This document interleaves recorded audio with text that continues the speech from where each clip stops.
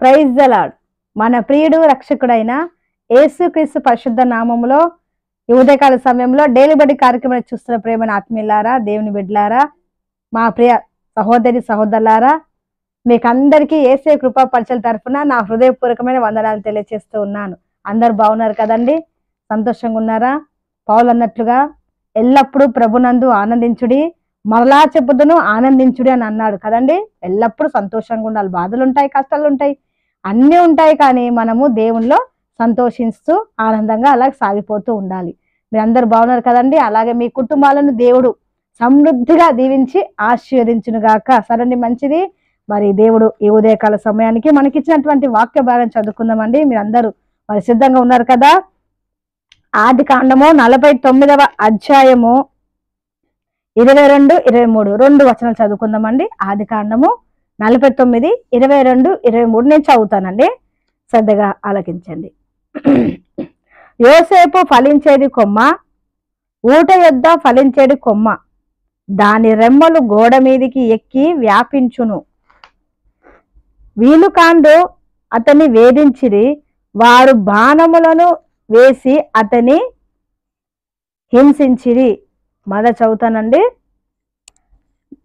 ఆదిక 49, 22.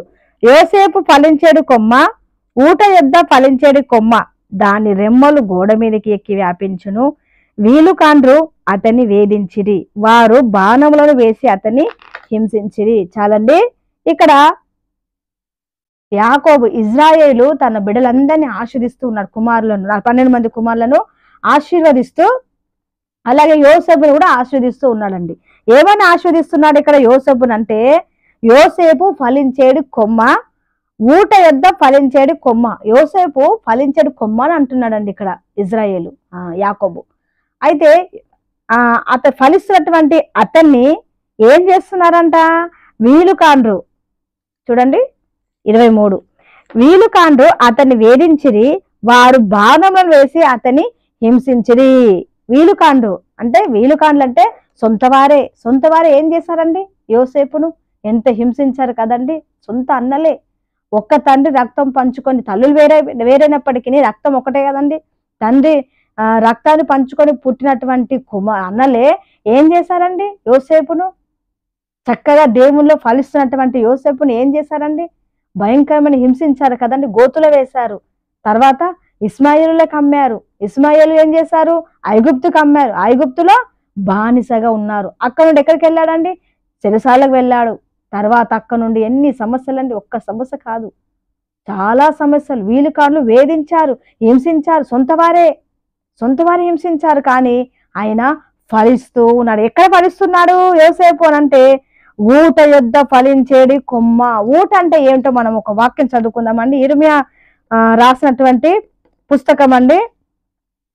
ఇర్మియా రాసిన పుస్తకం 2వ అధ్యాయము 13లో ఉంటుంది. చూడండి, 2:13. జీవజలంలో ఊట అయిన నన్ను విడిచి ఉన్నారు. చాలండి, జీవజలంలో ఊట అయిన నన్ను విడిచి ఉన్నారు. ఊట అంటే ఎవరు అని అంటే, దేవుడే, యేసయ్యనే. ఊటను విడిచి ఉన్నారు అని అంటున్నాడు. ఇక్కడ యోసేపు ఎక్కడ ఫలిస్తున్నాడండి? ఊట యొద్ద. ఎక్కడండి? ఊట అంటే ఏంటో మనం చదువుకున్నాం కదా ఇంతవరకు. ఊట యొద్ద ఫలించేది కొమ్మ.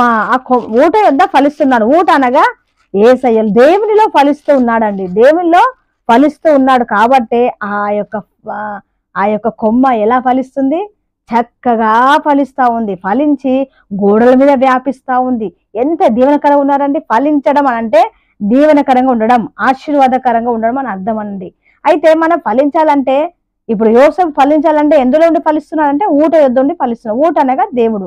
అలాగే మనం కూడా, నీవు నేను వాక్యం వింటున్నటువంటి మనం ఫలించాలంటే ఎక్కడ ఉండాలి? ఎందులో ఉండాలి? ఎవరిలో ఉండాలంటే యేసయ్యలో ఉండాలి, దేవునిలో ఉండాలి. అప్పుడే మనము ఫలిస్తాం. ఒక వాక్యం చదువుకొని మనం ముగిస్తామండి. యోహాను రాసినటువంటి సువార్త 15వ అధ్యాయం, మనకు అంతా తెలిసిన వాక్యమే. 15వ అధ్యాయము 5వ వచనం నేను చదువుతున్నాను. చూడండి. ఎవరు నాయందు నిలిచి ఉండునో, నేను ఎవని యందు నిలిచి ఉండునో వాడు బహుగా ఫలించును. చూడండి, దేవుని యేసే అంటున్నటువంటి, స్వయంగా యేసే అంటున్నటువంటి మాట. ఎవడు నాయందు నిలుస్తారో, నేను ఎవని యందు నిలిచి ఉంటానో వాడు బహుగా ఫలించును. యోసేపు ఫలించడానికి కారణం ఇదేనండి. ఆయనకి అంత మరి శ్రమలు వచ్చినా వీలుకాళ్ళు వేధించినా హింసించినా బాణలేసినా కూడా అతను ఫలించడానికి గల కారణం ఏంటంటారు అని అంటే దేవునిలో ఫలించాడని దేవులో ఉన్నాడు, ఊట యొద్ద ఉన్నాడు. ఊట అనగా దేవుని వాక్యం, ఆయన సన్నిధి, ఆయనలో ఉన్నాడు కాబట్టి ఆయనకి ఎన్ని సమస్యలు వచ్చినా శ్రమలు వచ్చినా అతను ఫలిస్తూ దీవెనకరంగా అందరికీ, కేవలం తన ఇంటి ప్రజలు మాత్రమే కాదండి, సమాజానికి, ప్రపంచమంతటా ఆ యొక్క ఐగుప్తు చుట్టుపక్కల ఉన్నటువంటి దేశం అంతటా కూడా అతను దీవెనకరంగా ఉన్నాడు. ఈ ఉదయకాల సమయంలో ఆశింపబడాలని ఆశపడుతున్న ప్రేమను దేవుని బిడ్డలారా, ఉదయకాల సమయంలో ఇదిగో దేవుడు మనతో మాట్లాడుతున్న మాట ఏంటంటే ఆయనలో ఎవరైతే ఉంటారో వాళ్ళు బహుగా ఫలిస్తారంట. ఫలించడం వేరు, బహుగా ఫలించడం వేడండి. బహుగా ఫలించేవారు అనేకులకు దీవెనకరంగా ఉంటారు. మీ కుటుంబాలు దీవెనకరంగా ఉండును గాక. హల్లెలూయా. చిన్న ప్రార్థన చేస్తానండి. స్తోత్రం ప్రభువా, మహోన్నతుడా, పరిశుద్ధుడా, ఈ ఉదయకాల సమయంలో తండ్రి ఇదిగో నీ పాదాల సన్నిధికి వస్తూ ఉన్నామయ్యా. ప్రభువా, యోసేపు ఫలించాడు కొమ్మ, ఊట యొద్ద ఫలించాడు కొమ్మ అని నాయన మీరు మాట్లాడారు తండ్రి. తను ఫలించడానికి గల కారణం ఏంటో కూడా మాకు తెలియజేస్తారు ప్రభువా యేసయ్య. ఇదిగో తండ్రి, మరి అతను ఊట యొద్ద ఉన్నాడు కాబట్టే తను ఫలించాడు. మరి మేము కూడా తండ్రి ఎవరైతే మరి నీలో నిలిచి ఉంటారో, మరి మాలో ఎవరైతే మీలో నేను నిలిచి ఉంటేనే మీరు ఫలిస్తారని మీరు సెలవిచ్చారు ప్రభువా తండ్రి. నా ఇదిగో ఈ మాటలు వింటున్నటువంటి ప్రియులందరినీ జ్ఞాపకం చేసుకోండి అయ్యా.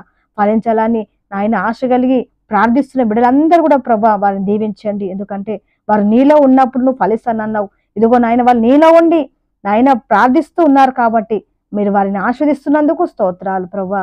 పరిశుద్ధుడా నీకు వందనాలు చెల్లిస్తూ నాయన ఈ వాక్యాల చేత మమ్మల్ని నాయన బలపరిచినందుకు వందనాలు. యేసు నామమున ప్రార్థించి అడిగి పొందుకున్నాము తండ్రి, ఆమేన్. అందరికి వందనాలండి. Praise the lord. ఈ దినమంతా దేవుని విశేషమైన కృప కాపుదల మనందరికీ తోడే ఉండును గాక. ఆమేన్.